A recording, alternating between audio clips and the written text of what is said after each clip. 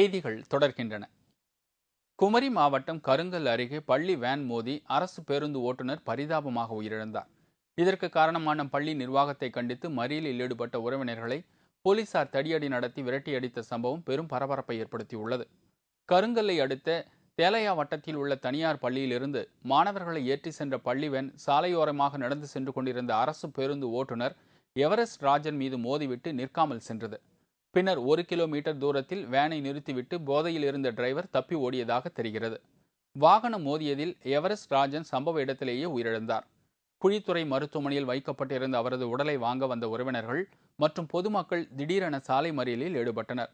விபத்திற்கு காரணமான தனியார் பள்ளி மீது நடவடிக்கை எடுக்க வேண்டும் என அவர்கள் வலியுறுத்தினர். குற்றவாளியை கைது செய்ய காவல்துறை நடவடிக்கை எடுக்கவில்லை என்று குற்றம் சாட்டப்பட்டது. தகவல் அறிந்த போலீசார் மறியலில் ஈடுபட்டவர்களிடம் சமரசம் செய்தனர். ஆனால் அவர்கள் போராட்டத்தை கைவிட மறுத்ததால் மறியல் செய்தவர்களை தடியடி நடத்தி போலீசார் விரட்டியடித்தனர்.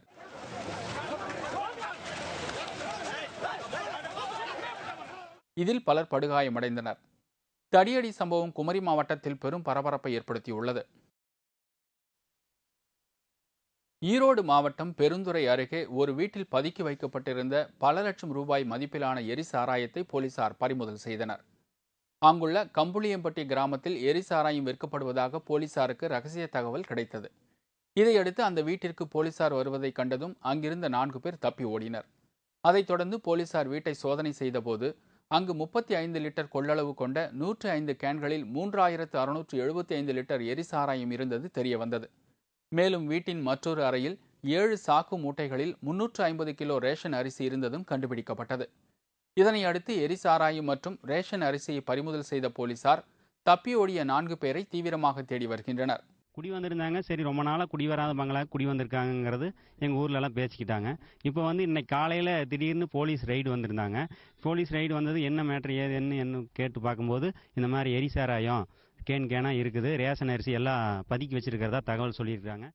இதேபோன்று புதுக்கோட்டையில் அரசு மதுபான கடையில் திருட்டுத்தனமாக மது பாட்டில்களை பதுக்கி வைத்து விற்பனை செய்த 2 ஊழியர்களை போலீசார் கைது செய்தனர்.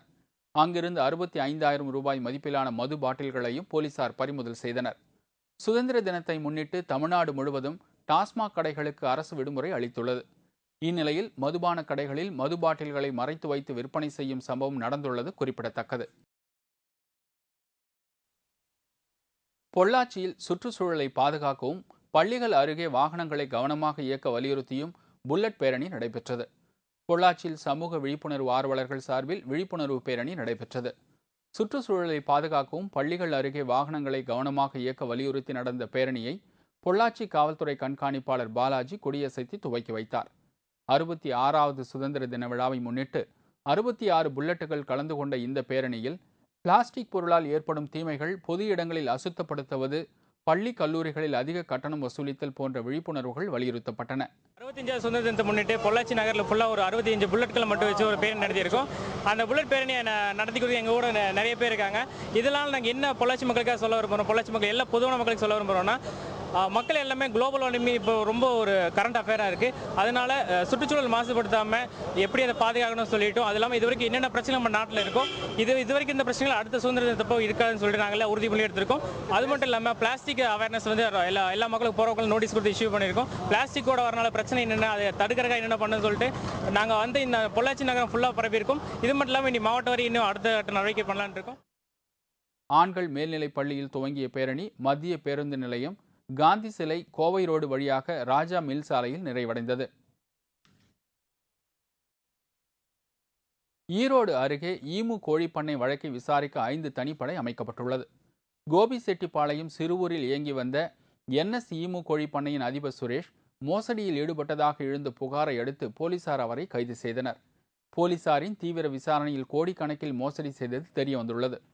ஈமு கோழிப்பண்ணை வழக்கை விரைந்து முடிக்கும் நோக்குடன் 5 DSPகளின் தலைமையில் தனிப்படைகள் அமைக்கப்பட்டு 11 ஆய்வாளர்கள், 19 உதவி ஆய்வாளர்கள், 39 காவலர்கள் என புதிதாக நியமிக்கப்பட்டுள்ளனர். போலீசாரின் தீவிர விசாரணைக்கு பின் கோவை பொருளாதார சிறப்பு நீதிமன்றத்தில் சுரேஷ் ஆஜர்படுத்தப்பட்டு பின் கோவை மத்திய சிறைக்கு கொண்டு செல்லப்பட்டார். இதற்கிடையே பல்லடம் அருகே இயங்கி வந்த ஈமு கோழிப்பண்ணையில் 2000க்கும் மேற்பட்டோர் பணம் கட்டி ஏமாந்துள்ளதால் அந்த பண்ணையை அரசே ஏற்று நடத்த வேண்டும் என்று பாதிக்கப்பட்ட முதலீட்டாளர்கள் கோரிக்கை விடுத்துள்ளனர். உதகை அருகே கிராமத்தில் தாங்கள் பயிரிட்டு வந்த விவசாய நிலத்தை வனத்துறையினர் கைப்பற்றியதை கண்டித்து பழங்குடியின மக்கள் உண்ணாவிரதத்தில் ஈடுபட்டனர். நீலகிரி மாவட்டம் ஊட்டி அருகே உள்ள கோல்கால் கிராமத்தில் கோத்தர் என பழங்குடியின மக்கள் வசித்து வருகின்றனர். இந்த சமுதாய மக்களுக்கு ஆங்கிலேயர் ஆட்சி காலத்தின் போது விவசாயம் செய்வதற்காகவும் கால்நடைகள் வளர்ப்பதற்கும் 1800 ஏக்கர் விவசாய நிலம் வழங்கப்பட்டது. அந்த நிலத்தில் அந்த பழங்குடியின மக்கள் விவசாயம் செய்து வந்தனர். இந்த நிலையில் அந்த விவசாய நிலத்தை வனத்துறையினர் கைப்பற்றிக் கொண்டனர். இதனை கண்டித்து கோத்தர் பழங்குடியின மக்கள் தங்கள் கிராமத்தில் உண்ணாவிரதம் இருந்தனர். 10,000 ஏக்கரில் இருந்து 1800 ஏக்கரா வரைக்கும் பெண்டிங்காக நின்று இருக்கு. 10,000 ஏக்கரில் எல்லாம் வனத்துறை எடுத்துட்டாங்க. மீதி இருக்கிற எங்கள் வர சந்ததிக்கு வர காலத்தை பசங்களுக்காக எங்களுக்கு அந்த நிலம் நாங்கள் தக்க வைக்கணுங்கிறதுக்காக சுதந்திர தினத்தன்று நாங்கள் தேர்ந்தெடுத்து போராடுறோம். சுதந்திர தினத்தை நாங்கள் தேர்ந்தெடுத்து போராடுறோன்னா 66வது சுதந்திரம் இன்னைக்கு தொடங்க போகுது. தொடங்கிச்சு. அந்த 66 சுதந்திரத்தில் எங்கள் இன்னும் மக்களுக்கு ஃபாரஸ்ட்ல இருந்து எங்களுக்கு இன்னும் சுதந்திரம் கிடைக்கல.